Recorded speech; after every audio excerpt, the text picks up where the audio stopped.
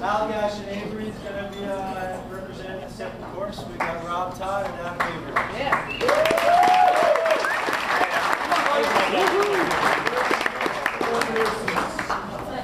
Well, first of all, I'd like to start by saying we got another brewer, a couple brewers in the room.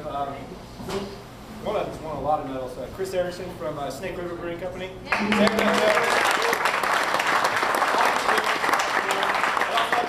Steve Breesley, who's my second man lieutenant at the brewery at Avery Brewing Company.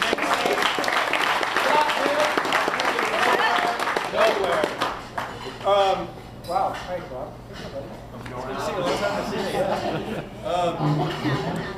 Well, I'll talk about our beer first, I guess. Quinquipartite, which is a sour ale, and it's made up of it's Latin. Quinquipartite means 5 parts.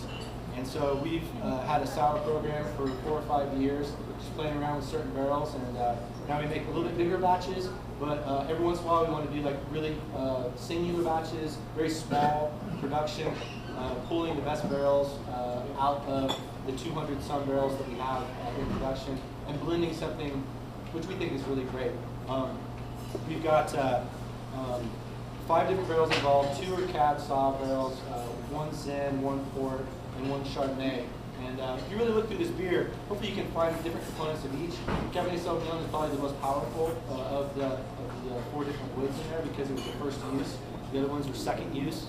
The port was neutral, but the liquid within the port was awesome, and it actually added really well to the blend. So you know, onwards and upwards with the sour program, and you know, definitely very influenced by a couple of my friends over here. You know, Vinnie and Tomme, who are doing a spectacular job with the sour beers, and you know, just glad to be a part of the company now. So that thing's out of your coolship, right? What's that? Your beer came out of your coolship. This is not. No. Oh, it's not. Okay. All right.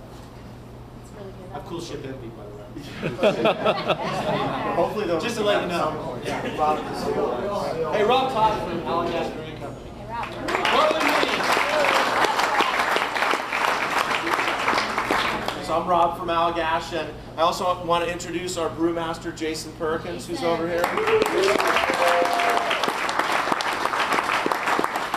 He's the one that actually makes this stuff. So I'll talk about the confluence, but I'll probably have Jason come up, direct Jason up, talk about the next one quickly. So because I'm not exactly sure what it is. So, but made it while you're on the road at one point, right?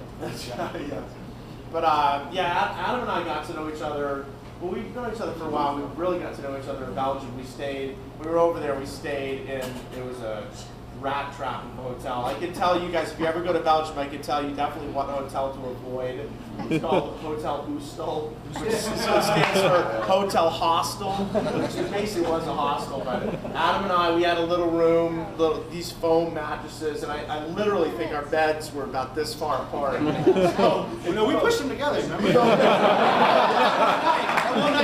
Adam was dragging my bed. But both of us snore, so it was rough. But anyway, we had a good time from there.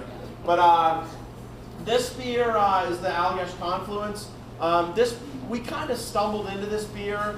The predecessor to this beer was the Interlude, and for the Interlude we were making a Saison, and we pitched the Saison yeast. And for any of you who are home brewers or brewers, probably know that when you brew with a Saison yeast, which gives you some pretty unique flavors, fermentation goes pretty fast at the beginning, but then slows way down halfway through the fermentation, and sometimes even stops. And that's what happened with this batch of Interlude. The fermentation went really well for 3 days, and it came to a dead halt halfway through the fermentation. And at the time, we weren't selling a lot of beer. We just kind of forgot about it in the tank. And about 2 weeks later, we walked by the tank, and the beer was fermenting again. I was like, oh, cool, the beer's fermenting again. We don't have to dump it. And we tasted the beer, and you know, all took a taste, and we're like, whoa, there's something growing in this beer that we did not add. There's definitely some different flavor components than you usually get from a Saison yeast. A lot of flavors and aromas you get from a Brettanomyces yeast strain. And we figured out that basically the beer had become, a Brett yeast had been introduced to the beer. It was just a Brett yeast that was present in Portland that day. But we just fell in love with the flavor of this beer. So that's how the interlude was born. And now we're using this, we've isolated this Brett culture that popped up at Allagash Brewing, and now we're starting to use it in different beers. This is the second beer we brewed with it. It's called the Confluence. And the name basically comes from the confluence of two yeasts. It's our house yeast, which is a Belgian wheat beer yeast, and this yeast, this Brett yeast, which are added at the beginning of fermentation. It takes a while to ferment it. It probably takes 3 or 4 months to ferment this beer fully, maybe a little bit longer. And then this beer is dry hopped after fermentation for about 2 weeks and then bottled. So that Brett really dries it out quite a bit. And with the Brett and the dry hops we add, it gives it almost like a nice citrusy, grapefruity character. So that's the story with this beer. I buy it. They're both really good. But thanks. And crab cakes, unbelievable. I think those are the best crab cakes I've ever had.